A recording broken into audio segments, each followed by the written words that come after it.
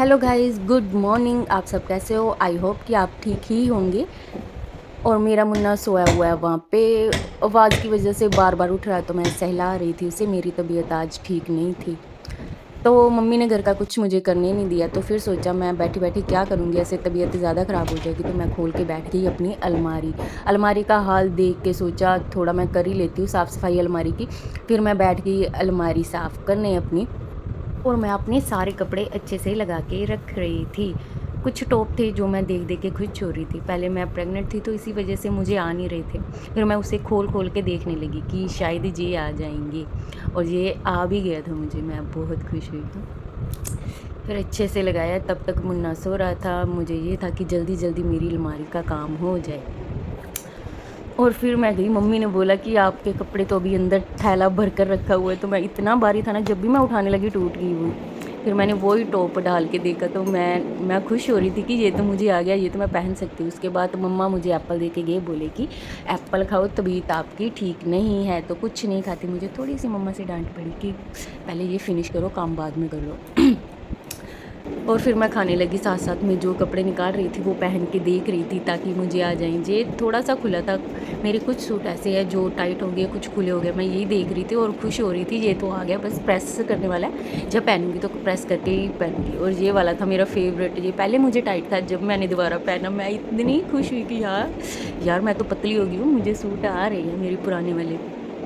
फिर मैं एक एक करके सारे सूट डाल के देख रही थी और मन ही मन खुश हो रही थी। ये वाला था मेरी शादी के कुछ ही देर बाद मैंने सिलाया था, तब मैं पतली थी। और ये सारे कपड़े मेरे अभी समेटने ही वाले थे, तो मेरा बेबी आ गया। ये साथ वाले रूम था, तो इसकी रोने की आवाज़ आई। मैं जल्दी जल्दी से इसे उठा के लेके आई और फिर से मेरे छोटू को पार करने लगी। ये बोल रहे थे मेरे साथ खेलो। मुझे ये था कि मैंने कपड़े करने, अलमारी सेट करनी है। फिर मैं थोड़ा सा खेली इसके साथ, इससे बहुत अच्छा लगता है। फिर मैं बातें करने लगी छोटी छोटी, उनको बोल रही थी मुझे करने दो।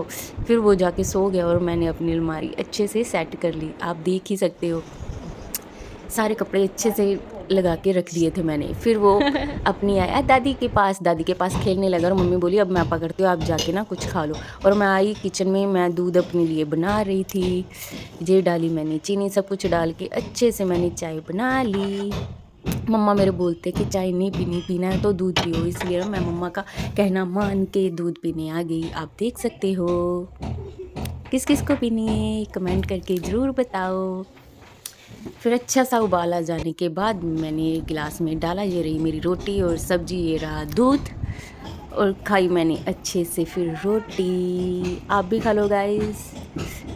कौन कौन चाय या दूध के साथ रोटी खाता है, ये भी कमेंट करके ज़रूर बताओ, क्योंकि मैं ऐसे सिंपल नहीं खा सकती। फिर मुझे मम्मा की आवाज़ आई कि बेबी उठ गया है, उसको दूध दे दो। थोड़ी सी नींद लेता है मेरा बेटा, पता नहीं क्या है, सारे बच्चे ऐसे करते हैं। फिर मैं जल्दी से उसका दूध बनाने लगी।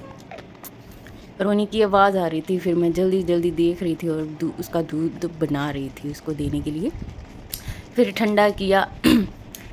फिर अच्छे से लेके गई मैं वहाँ पे जहाँ पे मेरा मुन्ना था। फिर मम्मी ले गई थी उसको अंदर।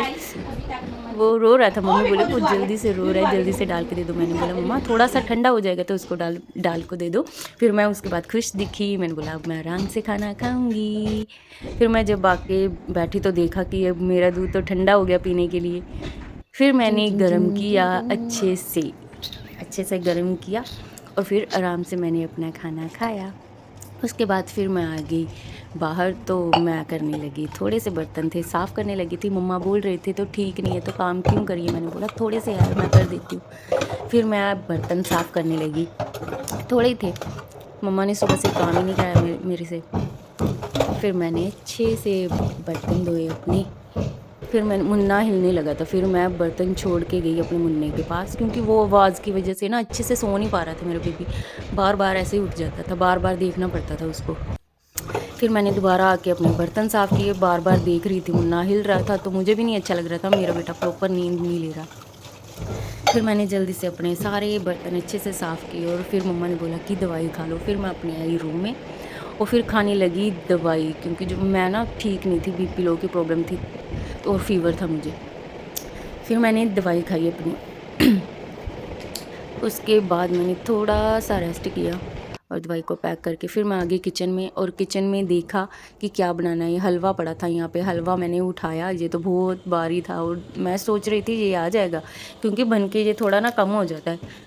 तो फिर मेरा ध्यान गया वो प्लेट पर। मैंने ये बनाई थी कल मठियाई। ये चने की दाल की नहीं, ये भुने हुए चने की बर्फ़ी थी जो मैंने कल बनाई थी। इसका शूट करना मैं भूल गई।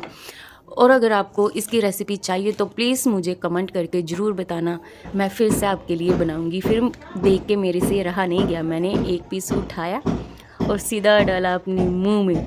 यार सच्ची में इतनी टेस्टी बनी थी ना ये हलवाई जैसी बोल सकती हूँ मैं।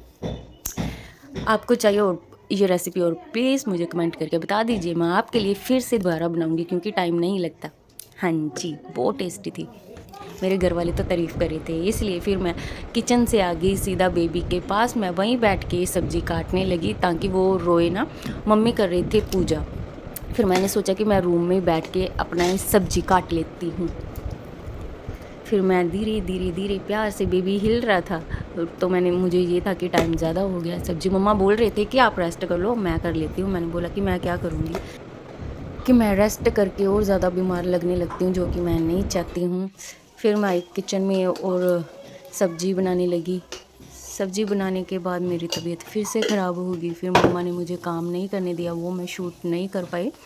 जब हस्बैंड आए फिर मैं उसके साथ गई जल्दी से दवाई लेने के लिए। फिर से तबीयत मेरी ज़्यादा ख़राब हो चुकी थी। मैंने तड़का जल्दी से लगाया और अंदर आके लेट गई। मैं इससे ज़्यादा शूट नहीं कर पाई। वीडियो को लाइक सब्सक्राइब जरूर कीजिए।